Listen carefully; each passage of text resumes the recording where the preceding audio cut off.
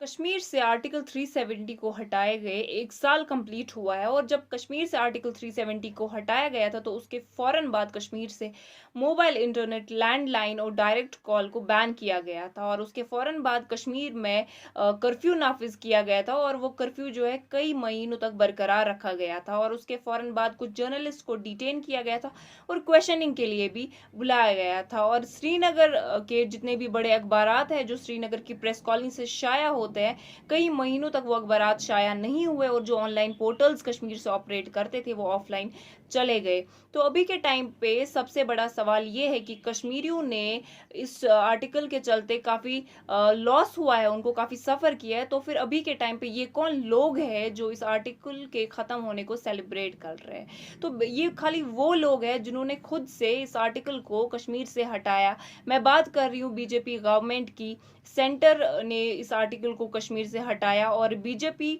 से ताल्लुक रखने वाले कुछ लीडर्स अभी जो कश्मीर में मौजूद है इस आर्टिकल के सेलिब्रेशन में लगे हुए हैं।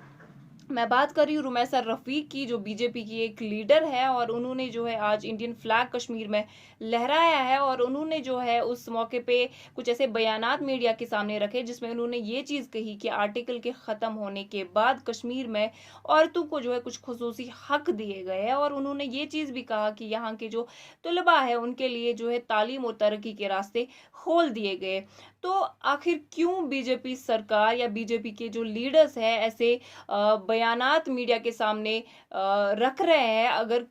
पूरी अवाम को, पूरे हिंदुस्तान को और गैर मुमालिक की अगर बात करें, सबको ये पता है कि कश्मीर में तकरीबन 1 साल से लोग लॉकडाउन में है और कई महीनों तक जो है स्ट्रिक्ट कर्फ्यू यहाँ पे नाफिज किया गया था। यहाँ पे जो है हमारे जो तलबा है कश्मीर में रहने वाले 1 साल से वो स्कूल नहीं गए हैं और यहाँ का जो कारोबारी इदारा है काफ़ी मुतासिर हुआ है, टूरिज्म काफ़ी मुतासिर हुआ है, चाहे फिर वो कोई हाउस बोट ओनर हो या कोई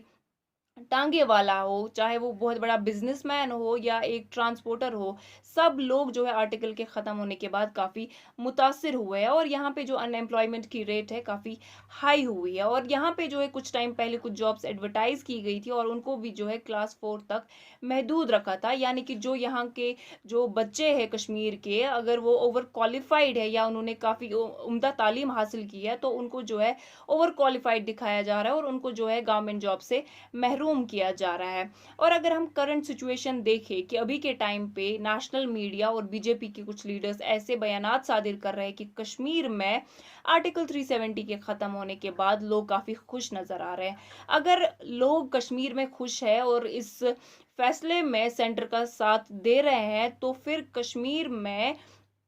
आज के दिन सेक्शन 144 क्यों नाफिज किया गया? और कश्मीर में अभी के टाइम पे 2G इंटरनेट चल रहा है और आज सुबह से 2G इंटरनेट की स्पीड को भी इन्होंने कम कर दिया है। और अगर बात करें कि 370 के हटने के बाद अभी तक कश्मीर में क्या डेवलपमेंट हुई है, तो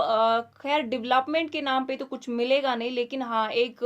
डेटा जो इंटरनेट पे काफ़ी ट्रेंड कर रहा था जिसके अकॉर्डिंग कश्मीर में 4000 लोगों को पीएसए के अंडर जो है अरेस्ट किया गया था और उसके फौरन बाद जो है यहाँ पे डोमिसाइल एक्ट और